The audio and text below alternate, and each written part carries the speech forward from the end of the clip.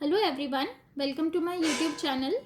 आज हम स्टार्ट करेंगे टीडीएस एंड टीसीएस का टॉपिक, जिसमें हम क्वेश्चन आंसर सीरीज जो हम लोग स्टार्ट किए थे। पहले वीडियो में हमने क्वेश्चन 4 तक कवर किया था बीबी सर के कंपाइलर से।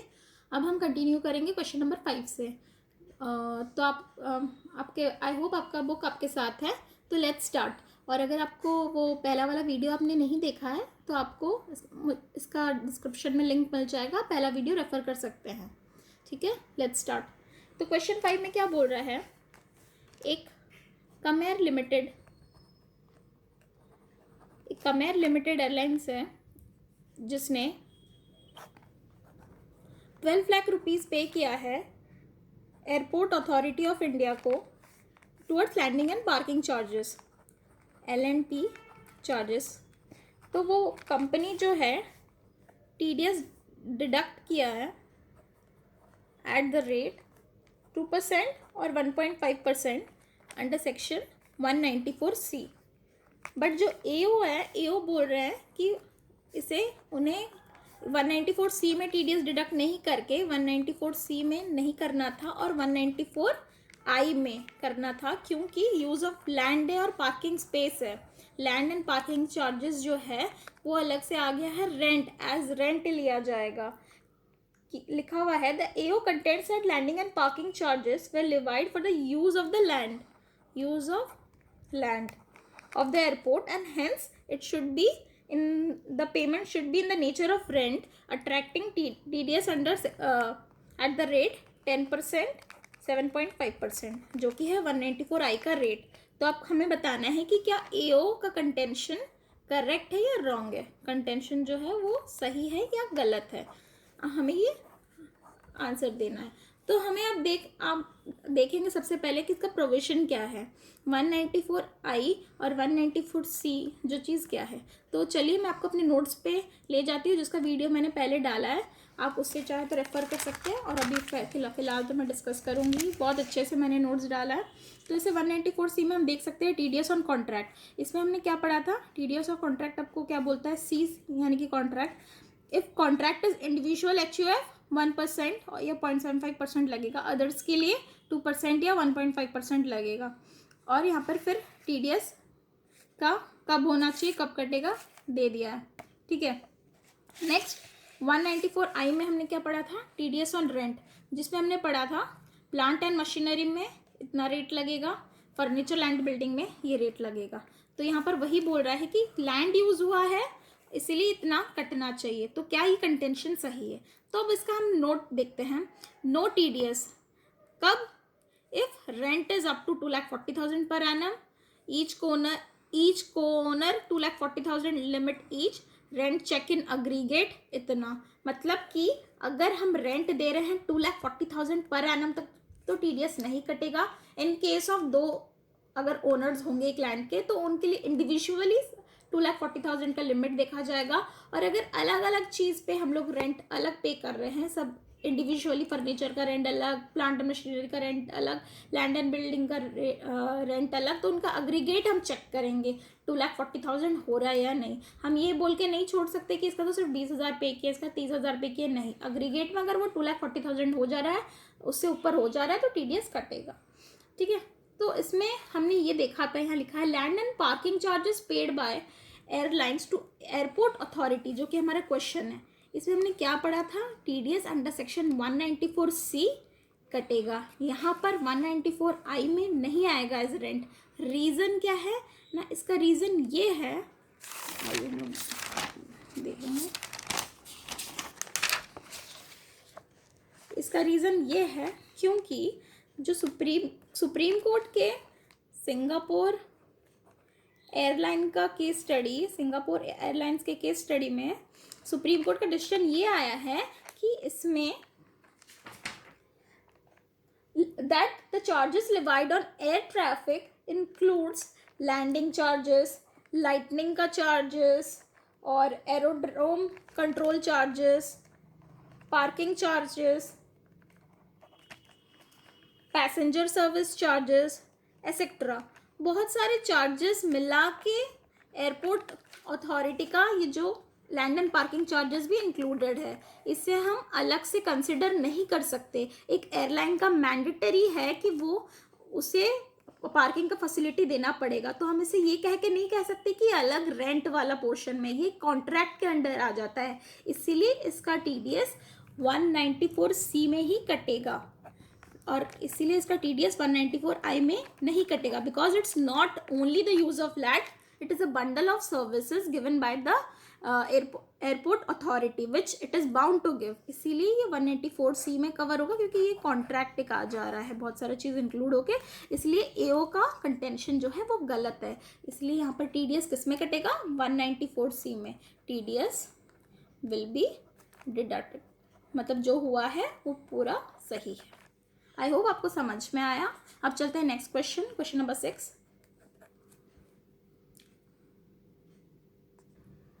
नेक्स्ट इसमें देखते हैं, सिद्धार्थ हॉस्पिटल लिमिटेड जो है वो जो बहुत सारे इंश्योरेंस कंपनीज के उसके बदले वो क्या करेगा, मतलब कि वो ट्रीट करेगा पेशेंट्स को, और उसके बाद कौन सेटल करेगा, थर्ड पार्टी एडमिनिस्ट्रेटर सेटल करेगा बिल्स, ठीक है।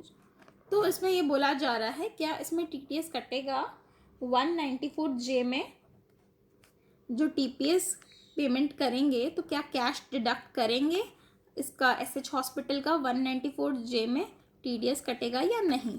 तो हम क्या जानते हैं 194J क्या होता है, तो चलिए हम लोग देखते हैं। आप ये मेरा नोट्स का वीडियो है, आप रेफ़र कर सकते हैं, आपको बहुत ज़्यादा इजी हो जाएगा। तो चलिए देखते हैं 194J TDS on professional service क्या है इसका, 10%, 7.5% ड्यू टू कोरोना, और 2% किसके लिए, call centre, technical service, not being professional, फिर royalty in case of sale, distribution और एग्जीबिशन, इन सब के लिए 2% कटेगा, और no TDS if professional services, technical services, royalty, non compete fee, ये अप टू 30,000 पर एनम है, और डायरेक्टर फीस का कोई लिमिट नहीं है, अगर 100 रुपये भी हम देंगे तो उस पर TDS कटेगा। तो ये हमने पढ़ा था, और तो इसमें वही बोल रहा है कि क्या कटेगा, तो ऑफकोर्स ये एक प्रोफेशनल सर्विस है जो कि हॉस्पिटल प्रोवाइड कर रहा है, और थर्ड पार्टी एडमिनिस्ट्रेटर उसको उसका पेमेंट दे रहा है, इसीलिए 194J बोलता है कि professional services include services rendered by a person in the course of carrying on medical profession. तो इस केस में therefore TPAs who are making payment on behalf of the insurance companies are liable to deduct tax at source under section 194J on the payment made to the hospital।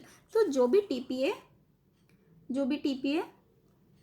तो कोई भी TPA जो payment करेगा hospital को, उस पर TDS वो काटेगा, इसीलिए यहाँ पर 194J जो कि ये TDS ऑन प्रोफेशनल सर्विस, ये भी प्रोफेशनल सर्विस के लिए पेमेंट हो रहा है, तो TDS कटेगा, ठीक है। चलिए चलते हैं नेक्स्ट क्वेश्चन, क्वेश्चन नंबर 7। तो हम क्वेश्चन नंबर 7 में देखते हैं 3 बिट्स है। पहला बिट क्या है, जो MNO लिमिटेड है सैलरी क्रेडिट किया फाइनेंशियल ईयर का 3,40,000 to the account of Q, जो कि है employ in the books of account, books of account में सैलरी क्रेडिट कर दिया गया है, ठीक है, पे नहीं किया गया है, रिमेंबर नॉट पेड येट। तो Q has not furnished any information about his income loss from any other head or proof of the investments qualifying for deduction under section 80C।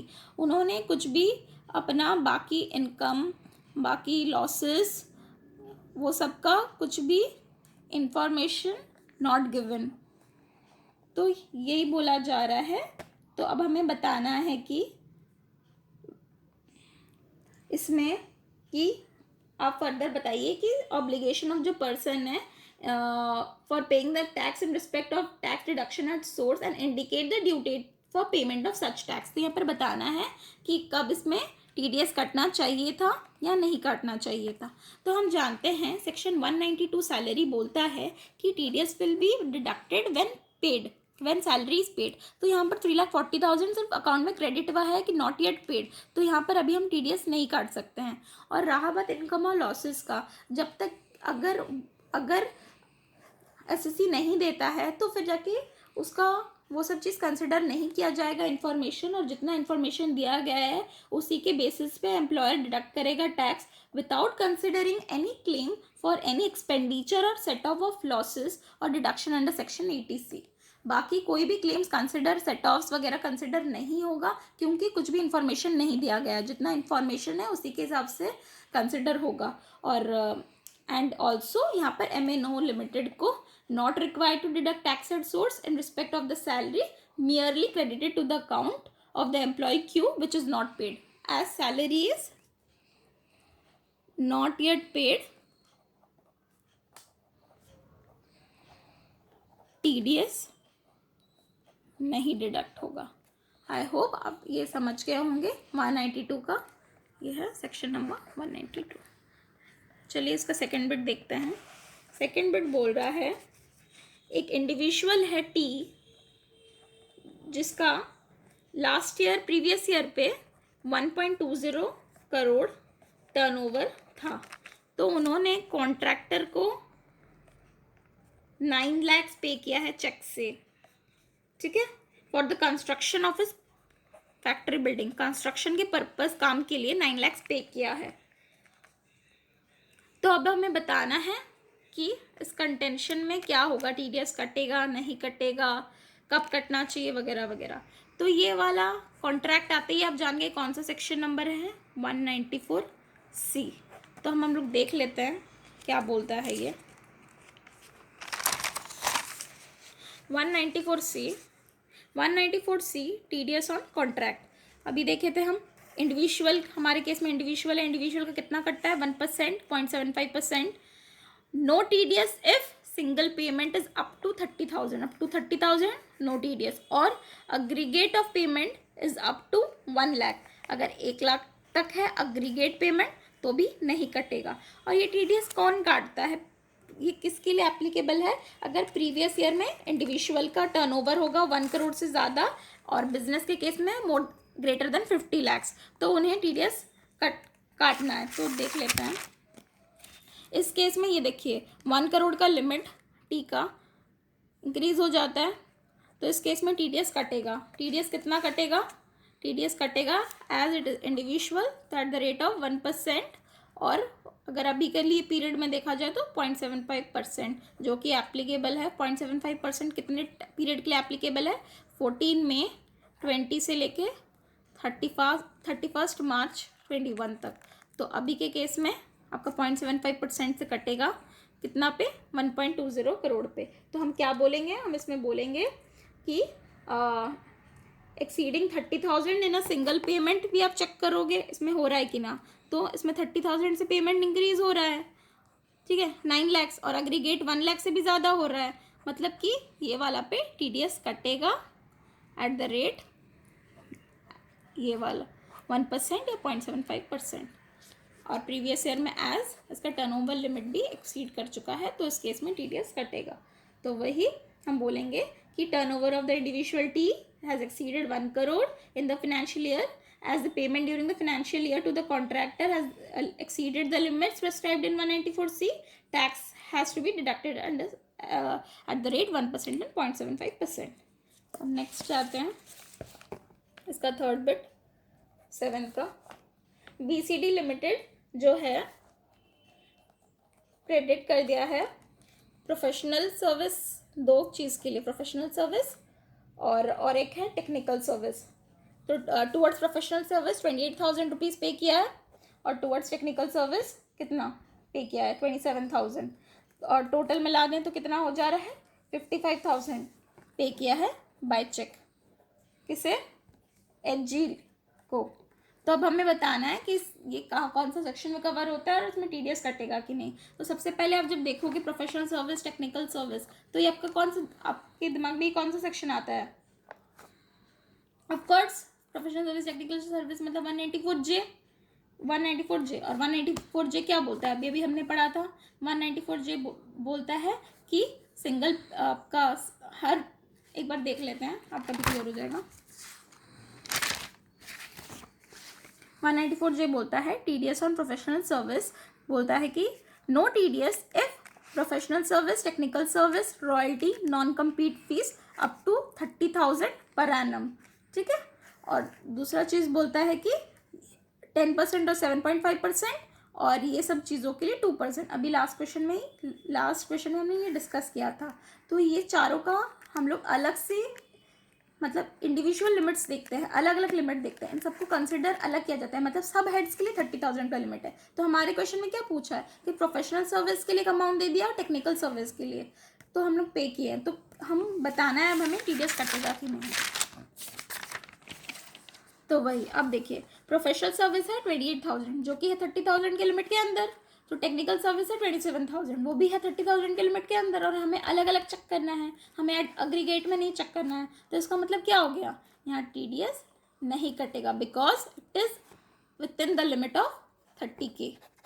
हमें अग्रीगेट नहीं चेक करना है, aggregate just हमें confuse करने के लिए दिया है। तो यहाँ पर 194J में टीडीएस एप्लीकेबल नहीं हो रहा है। आई होप ये क्लियर हो गया। अब नेक्स्ट क्वेश्चन देखते हैं। वीडियो बहुत लंबा हो जाएगा, तो आई थिंक ये लास्ट क्वेश्चन फटाफट करके हमें एंड करना होगा। तो देखते हैं नेक्स्ट क्वेश्चन। आनंद है जो पे करता है मंथली रेंट, ठीक है। रेंट मंथली रेंट आ गया, मतलब कौन सा सेक्शन आ जाएगा यहाँ, 194I, ठीक है। मंथली रेंट पे करता है 10,000 रुपीज़ ऑफिस प्रीमाइज के लिए पर मंथ, ठीक है। और दूसरा ओनर ऑफ बिल्डिंग 10,000 एंड 16,000 क्या करता है, 16,000 ये वाला है service charge towards the use of furniture fixtures, और ये एज रेंट। तो अब हमें बताना है ये सब पर मंथ है, ये भी 16,000 पर मंथ है, ठीक है। तो अब हमें बताना है कि इसमें टीडीएस कितना क्या कटेगा। तो हम 194I में देखे हैं 2,40,000 का लिमिट है, 2,40,000 पर एनम। और एक बार आपको दिखा देती हूँ, आप नोट्स रेफर कर सकते हैं, मेरे इस टीडीएस का नोट्स का वीडियो है पूरा। 194I टीडीएस ऑन रेंट, ठीक है। तो टीडीएस कितना है, प्लांट एंड मशीनरी पे 2% 1.5%, फर्नीचर लैंड एंड बिल्डिंग पे 10% 7.5% टीडीएस कटेगा। और इसमें हम देखेंगे कि no TDS if rent up to 2,40,000 per annum इसमें हम देखे थे कि रेंट चेक इन अग्रीगेट, अगर plant and machinery furniture land and building सबका अलग अलग रेंट पे हो रहा होगा तो हम इसको अग्रीगेट में चेक करेंगे, ठीक है। हम नहीं बोल सकते कि इंडिविजुअली बस यार इतना कम है तो हम टीडीएस नहीं काटेंगे। अगर aggregate amount is greater than 2,40,000 we need to deduct TDS. So in our case हम देख सकते हैं कि 10,000 पर मंथ, तो यानी कि 10K यहाँ पर इंटू कर देंगे पर मंथ, तो आ जाएगा इंटू 12 करके, और 16K इंटू 12 मंथ्स के लिए। तो ये हमारा टोटल जो है एक्सीड कर जाएगा 2,40,000, ठीक है। तो इसका मतलब जब ये हमारा 2,40,000 का लिमिट एक्सीड कर जा रहा है, इसका मतलब है हम लोग 194I में TDS डिडक्ट होगा एट द रेट ऑफ कितना 10% 7.5%, ठीक है। अब हम नेक्स्ट देखते हैं, नेक्स्ट पेज। एक नेशनलाइज्ड बैंक के अग्रीमेंट हुआ था जिसमें केटरिंग ऑर्गेनाइजेशन जो है रिसीव करता है सम of 50,000 per month toward supply of food water snacks during office hours to the employees of the bank, ठीक है। तो 50,000 per month received by a catering organisation towards various service. तो आप जब देख रहे हो बहुत सारा सर्विसेज क्लब है और केटरिंग वर्ड आ जा रहा है, तो हम जान जा रहे हैं कि कौन सा वाला हो जा रहा है, कॉन्ट्रैक्ट हो जा रहा है 194C। लेट्स सी, ये देखिए TDS ऑन कॉन्ट्रैक्ट, इसमें हमने देखा था केटरिंग भी पढ़ा था कि वर्क में इंक्लूड होता है केटरिंग, ठीक है। तो वही इसमें 50,000 दिया जा रहा है। तो हमने क्या पढ़ा था कॉन्ट्रैक्ट का, कॉन्ट्रैक्ट में अगर सिंगल पेमेंट होता है अप टू 30,000 तो नो TDS, और aggregate of payment up to 1 lakh तो नो TDS। किस केस से कटेगा कॉन्ट्रैक्ट TDS ऑन कॉन्ट्रैक्ट में 1% 0.75%, ठीक है। तो वहीं 50,000 दिया जा रहा है केटरिंग ऑर्गेनाइजेशन को मिल रहा है तो उस पर TDS कट जाएगा बिकॉज इट एक्सीड्स 30,000 रुपीज़. तो TDS will be deducted at the rate of 1%, 0.75%.